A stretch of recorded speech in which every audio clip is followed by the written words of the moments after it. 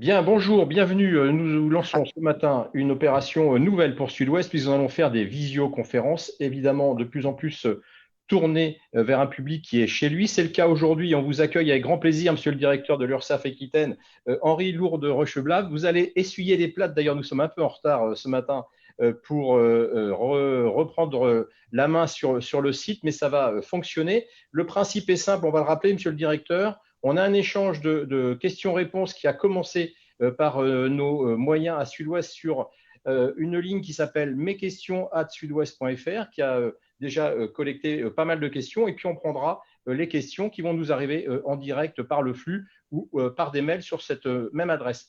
Une première question, en même temps, je vous souhaite la bienvenue. Peut-être nous préciser justement, même si on voit que vous êtes au travail, comme beaucoup d'entre nous, en confinement, comment travaillent aujourd'hui les employés de l'URSSAF? Combien sont-ils et combien de dossiers sont traités chaque jour?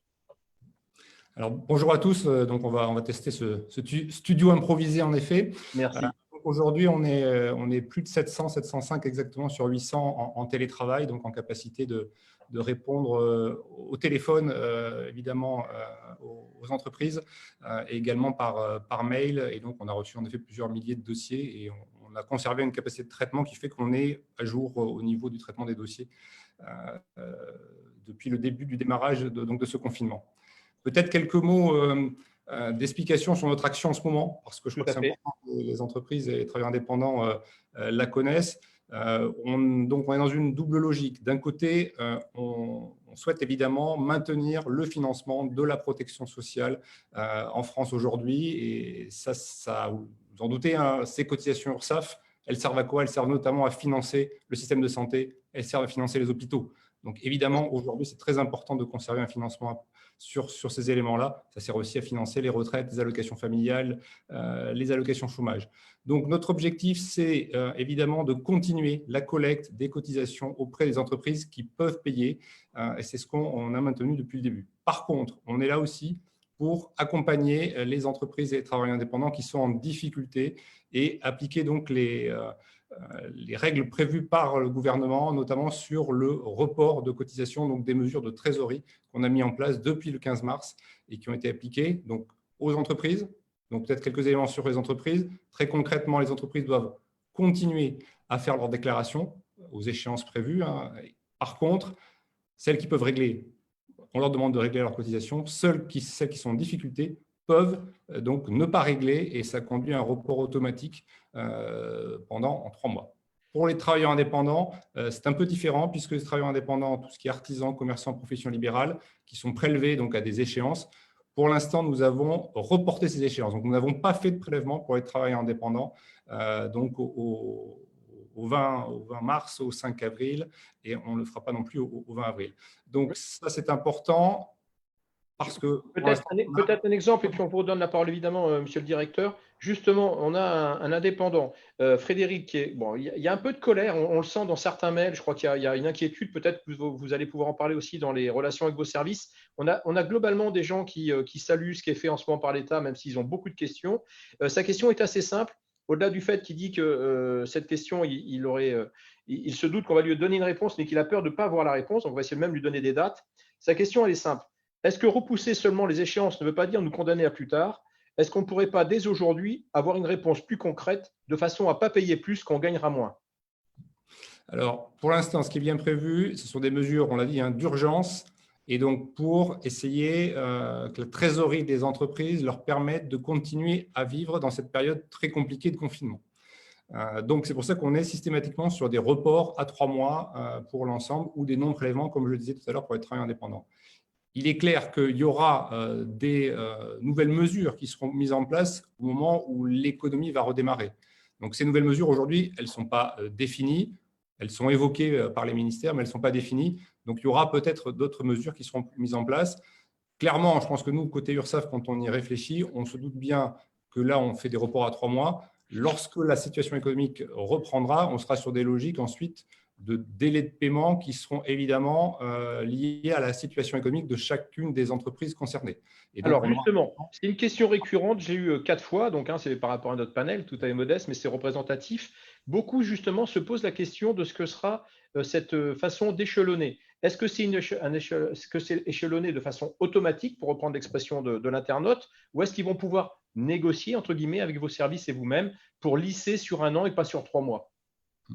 Alors, en effet, dans le système avant crise, on était dans des logiques où on avait une capacité à échelonner avec les entreprises et en pouvant donc s'intéresser à la situation de chacune des entreprises. Et donc, c'était l'entreprise qui nous faisait une proposition de délai qu'on acceptait partiellement, totalement, selon les cas. Je pense qu'on sera sur des logiques assez équivalentes, sauf que je pense qu'on aura des délais qui seront supérieurs à ce qu'on fait habituellement.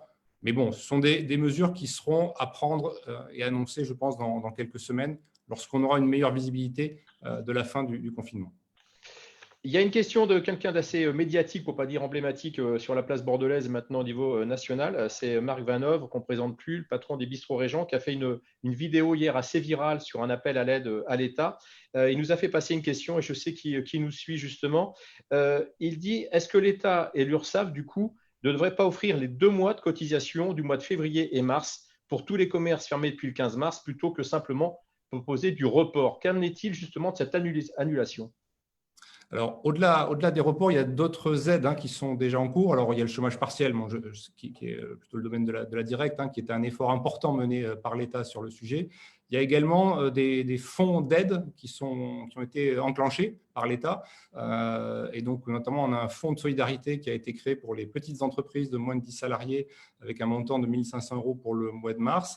Il y a plus de 600 000 entreprises qui l'ont d'ores et déjà demandé en France. Donc ça, c'est aussi un élément qui permet de soutenir, puisque là, ce n'est pas des reports, c'est des sommes qui vont être versées, qui sont en ce moment versées aux petites entreprises. On a une statistique sur votre secteur géographique qui est le nôtre aussi, sur cette région? Alors, on ne les a pas encore, parce que pour l'instant, c'est un système national, donc c'est directement sur le site internet de la DGFiP, donc je n'ai pas encore le retour sur, mais je pense que la DGFiP l'aura assez rapidement, sur le nombre d'entreprises concernées. Parce que je ne l'ai pas dit tout à l'heure, mais par exemple, sur l'échéance du 15 mars, on a eu 40% en Aquitaine des entreprises qui ont décalé leur paiement. Donc, ça donne un ordre d'idée de l'importance des reports qui sont en cours. Par rapport à la question concernant, entre guillemets, l'annulation de cotisation, oui. Aujourd'hui, ce n'est pas une décision qui a été prise par les pouvoirs publics, donc je ne peux pas annoncer des éléments en la matière. Par contre, c'est vrai que dans les échanges qui existent en ce moment avec le ministre des Finances, il a évoqué peut-être cette possibilité dans des cas très particuliers, notamment en cas de risque de faillite, notamment. Il a évoqué des possibilités. Et aujourd'hui, il n'y a rien d'écrit en la matière, donc on est pour l'instant, aujourd'hui, clairement, sur des reports et un fonds de solidarité tel que je l'évoquais tout à l'heure. Pour les travailleurs indépendants, on a aussi des possibilités en termes d'action sociale, mais qui sont beaucoup plus limitées dans le cadre donc, du Conseil de la protection sociale et des travailleurs indépendants. On en reparlera des indépendants. J'ai une question d'un chef d'entreprise du Pays Basque, Thomas, 3 salariés, qui dit « Ma trésorerie n'est pas mauvaise, pour l'instant, je tiens le coup ». Du coup, il s'inquiète de dire si on annule les prélèvements, peut-être que j'aurai le faire. Sa question est plus concrète. Est-ce qu'il aura le droit, si la rentrée, comme il le dit, est difficile, de bénéficier de ces aides à ce moment-là, ou est-ce qu'il faut se positionner dès maintenant? Alors, les aides que j'évoquais, le fonds d'indemnisation, il est en effet sur un timing très précis. Donc, pour le mois de mars, il faut faire la demande avant le 30 avril. Oui. Il est probable qu'on aura aussi cette aide sur le mois d'avril, et auquel cas, il faudra, je pense, le faire avant le 31 mai. Donc, à la rentrée, ça sera trop tard pour demander ces aides. C'est vraiment maintenant qu'il faut les demander pour les entreprises qui sont en effet en difficulté. Les critères en la matière, c'est notamment, donc il y a des critères en termes d'importance de l'entreprise, c'est plutôt réservé aux petites entreprises, moins de 10 salariés, moins d'1 million d'euros de chiffre d'affaires. Il y a aussi des critères liés au fait que soit c'est des entreprises qui ont été fermées administrativement, soit ces entreprises qui ont un chiffre d'affaires qui a baissé de plus de 50% par rapport au mois équivalent de l'année d'avant, donc mars 2019 par rapport à mars 2020. Donc, c'est vraiment la situation aujourd'hui qui est regardée sur ce fonds d'indemnisation. Je vais insister quand même parce qu'il se présente comme entrepreneur citoyen et qui dit « je n'avais pas envie de faire appel pour l'instant ». Mais si on a des conséquences économiques qui risquent malheureusement d'être le cas sur les entreprises à la rentrée, on ne pourra pas prétexter du Covid et de la crise du Corona pour avoir ces aides si on a du mal à boucler son bilan de fin d'année. Alors, on pourra avoir des délais de paiement. Au mois de septembre, évidemment, il y aura des possibilités de délais de paiement. Et comme je disais tout à l'heure, ce sera sûrement des possibilités qui seront très particulières par rapport à la situation d'avant-crise. Par contre, aujourd'hui, le fonds d'indemnisation, je le disais, c'est mars et avril. On n'a pas de visibilité sur la suite par rapport au fonds d'indemnisation. Okay. Et là aussi, peut-être qu'il y aura des mesures qui seront prises. Mais pour l'instant, en tout cas, très clairement, c'est mars et avril seulement. Vous avez parlé de chômage partiel. On rappelle que ce n'est pas directement, sans jeu de mots avec la directe, l'activité des URSSAF. On a une question concernant cela par un chef d'entreprise qui revient justement à vos calculs avec l'URSSAF. Il prend un cas assez précis, chef d'entreprise de transport courte distance, hein, donc plutôt du transport, je pense, de colis. Les employés sont mensualisés à équivalent 163 heures. Le chômage partiel va-t-il être calculé sur la base de 169 ou 163 heures? Et est-ce que ces charges, s'il a une partie qui reste à sa charge en plus du chômage partiel, sera proportionnelle pour l'URSSAF? Alors, voilà, je disais qu'en effet, je ne suis pas Ouais. le meilleur répondant sur le sujet. Ce sont la directe qui est en capacité de répondre au moins à la première question. Sur la deuxième, en effet, il y a une exonération de charges assez forte puisqu'il n'y a que la CSG-CRDS sur la partie allocation de chômage partiel. Par contre, si en effet il y a un supplément de revenus qui est payé par l'entreprise, pour l'instant en tout cas, les règles font qu'il y a des cotisations classiques sur ce supplément. Là aussi, ça peut être une demande qui peut remonter par les différents représentants des entreprises pour peut-être avoir des mesures particulières un peu plus tard dans le redémarrage de l'économie. Il y a un chiffre que tout le monde retient en ce moment par rapport au chômage partiel, et je vais vraiment rester sur le SAF, le directeur, hein, je ne vous ramène pas la directe, c'est ces fameux 16% qui restent à charge si l'employeur veut payer la différence entre le 84% qui est donc pris en charge par le chômage partiel pour aller au 100% versé aux salariés. Sur ces 16%, plusieurs de nos interlocuteurs nous demandent si l'URSSAF va prélever ou est-ce que c'est sans prélèvement. Par rapport aux charges, aujourd'hui, pour nous, il y a un prélèvement. Il y a prélèvement sur les 16%. Très bien. J'ai une question alors, qui sort un peu du cadre, mais qui est intéressante puisque c'est aussi l'URSSAF.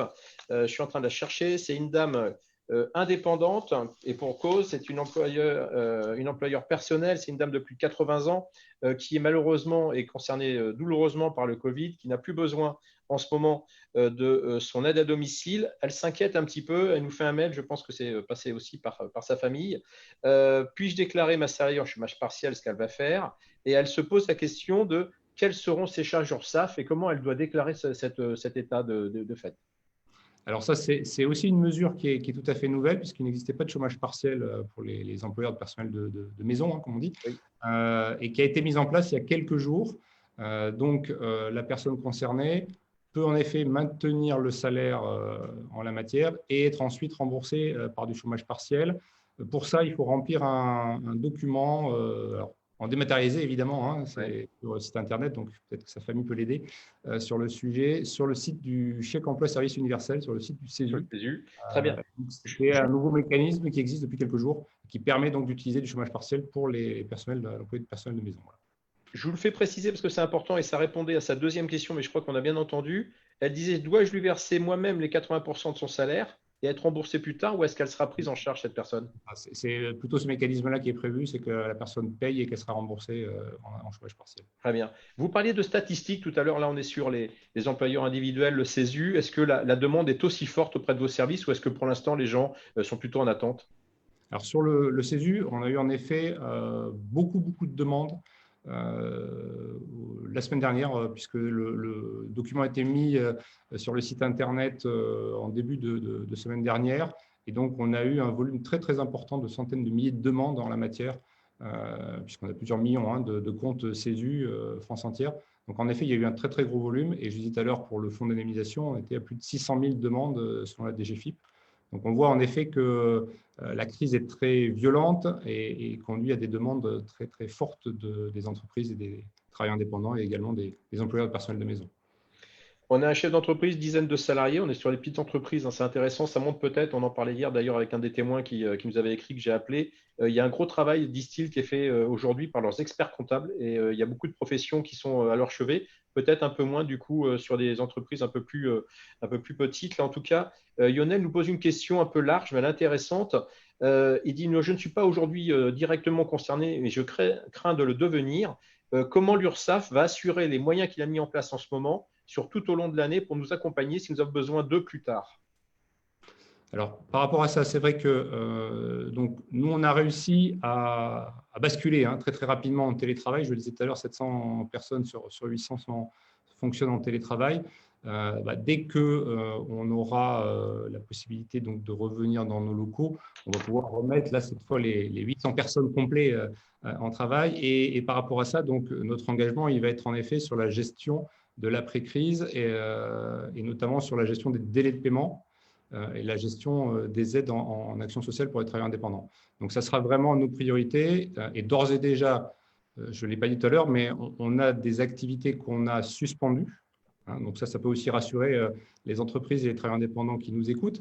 On a suspendu toutes nos actions de recouvrement amiable et forcé depuis le 15 mars, donc depuis le démarrage du confinement. Donc ça, je pense que c'est important. Donc ça veut dire qu'on a des équipes aujourd'hui qui sont en capacité de gérer d'autres activités et donc on fait des opérations d'entraide pour pouvoir gérer les urgences. Donc ce qu'on envisage évidemment, c'est que lorsqu'il y aura un redémarrage, on ne va pas redémarrer nos activités de recouvrement aussi rapidement et on aura là aussi un temps de reprise et on aura comme ça des équipes qui seront en capacité de traiter les demandes de délai de paiement et de mettre en place des choses, je dirais, personnalisées pour les entreprises en difficulté. Clairement, on est en train de parler de dossiers qui n'étaient pas liés au Covid, des dossiers anciens là. Alors là aussi, oui, je ne l'ai pas précisé, sur les dossiers anciens, on a là aussi suspendu, c'est-à-dire que les entreprises qui avaient des délais de paiement avant la crise ne sont pas prélevées en ce moment. Puisque vraiment notre objectif, en accord avec les pouvoirs publics, c'est d'essayer de maintenir au maximum la trésorerie des entreprises. Donc, on fait des reports également là-dessus. Donc, ça veut dire qu'ensuite, on va revenir vers les entreprises concernées et je pense qu'on aura des logiques de réétalement à plus longue échéance pour ces entreprises qui étaient d'ores et déjà en difficulté auparavant et dont on peut supposer qu'hélas, la crise ne les a pas favorisées. Il nous reste 10 minutes, monsieur le directeur, pour prendre encore quelques questions. Je le disais pour vous et pour les gens qui nous en envoient. J'en ai une d'une coiffeuse Anne qui me l'envoie sur le mail. C'est bien qu'il lui soit utilisé. Donc, je le répète, mes questions @sudouest.fr. Il marchera aussi, je le dis maintenant, pour les rencontres à venir. Mardi prochain, avec le président de la Chambre régionale de commerce, monsieur Clédel, et le président de la région Nouvelle-Aquitaine, Alain Rousset, que vous pouvez évidemment questionner aussi mardi. Ça sera 11 h et pas 9 h en direct. Et puis, la semaine suivante, on aura le président de la Chambre régionale d'agriculture, monsieur Gracier, qui sera là, lui aussi à 9 h, aussi matinale que monsieur le directeur de l'Urssaf, vers qui je me retourne avec une question qui m'échappe un peu, je dois le dire, et qui vient de tomber, c'est pour ça que je la lis. Que sera-t-il du calcul des charges sur l'année N-1 ou N-2 avec cette période de confinement qui sera reportée? Alors ça, c'est en effet une règle concernant les travailleurs indépendants qui est un peu compliquée, mais je peux donner un élément important là dans les jours qui viennent. En effet, les cotisations des travailleurs indépendants sont calculées sur l'année précédente et avec aussi des cotisations provisionnelles calculées sur une prévision de revenus de l'année en cours. Donc l'année en cours aujourd'hui, c'est 2020. Donc un des moyens pour les travailleurs indépendants de réduire leurs cotisations, c'est d'ores et déjà de nous indiquer, et si possible rapidement, et si possible avant le 15 avril pour les échéances de début mai, nous indiquer une prévision de revenus 2020 tenant compte des difficultés qu'ils connaissent d'ores et déjà. Donc, ça veut dire qu'ils disent, voilà, on est en train d'avoir une grosse crise, donc on pense que notre revenu 2020 va être très, très faible. Donc, ils nous le disent, ça nous permet… Il faut l'évaluer là. Pardon. Aujourd'hui, vous leur demandez de l'évaluer, aujourd'hui. Oui, voilà. Et si l'évaluation ne correspond pas à la réalité, il n'y aura pas de sanction derrière. Et ça permet là aussi de jouer en trésorerie, donc de faire baisser les cotisations provisionnelles. Et donc ensuite, on aura un recalcul de régularisation en 2021 par rapport à ces cotisations. Donc ça, pour les échéances de début mai, c'est faisable d'ici le 15 avril. Donc c'est très rapide, 15 ou 16 avril même pour certains. Donc de pouvoir annoncer d'ores et déjà à l'Urssaf. Toujours pareil, par le site internet, je ne l'ai pas dit tout à l'heure, mais c'est vrai qu'il faut vraiment utiliser la dématérialisation au maximum. Par le site internet, annoncer cette baisse prévisionnelle de revenus, ça permet de réduire d'ores et déjà les cotisations et de renvoyer la régularisation en 2021. Là aussi, ça donne un peu de souffle pour la période difficile qu'on vit. Une autre question, ça va être une des dernières. C'est un auto-entrepreneur qui fait de l'entretien de jardin. Alors, je n'ai pas bien compris, j'ai l'impression qu'il ne le fait pas tous les jours en plus. Je ne sais pas s'il y a une activité à côté. Il demande comment il peut déclarer justement son activité, son chiffre d'affaires et comment il fait par rapport à l'année d'avant. Je crois qu'il y a beaucoup de gens, on revient à ce qu'on disait tout à l'heure, les moins encadrés par les comptables, etc., ont de plus en plus de questions, je pense. Ouais. Alors, par rapport aux auto-entrepreneurs, c'est un peu différent puisque je disais tout à l'heure, pour les travailleurs indépendants classiques, c'est des prélèvements. Donc, les prélèvements, on les a stoppés pour l'instant et donc renvoyés sur les mois suivants. Sur les auto-entrepreneurs et micro-entrepreneurs, c'est une déclaration de chiffre d'affaires qui est faite sur le site auto-entrepreneur.fr donc tous les fins de mois. Donc, actuellement, il faut faire les déclarations, comme je disais tout à l'heure pour les entreprises. Par contre, si vous êtes en difficulté, si l'entrepreneur est en difficulté pour payer, il ne règle pas. Et là aussi, on considère que c'est un report de cotisation automatique. Il n'y a pas besoin de le justifier, de le demander. Alors, inutile de le préciser, il parlait de demande d'annulation.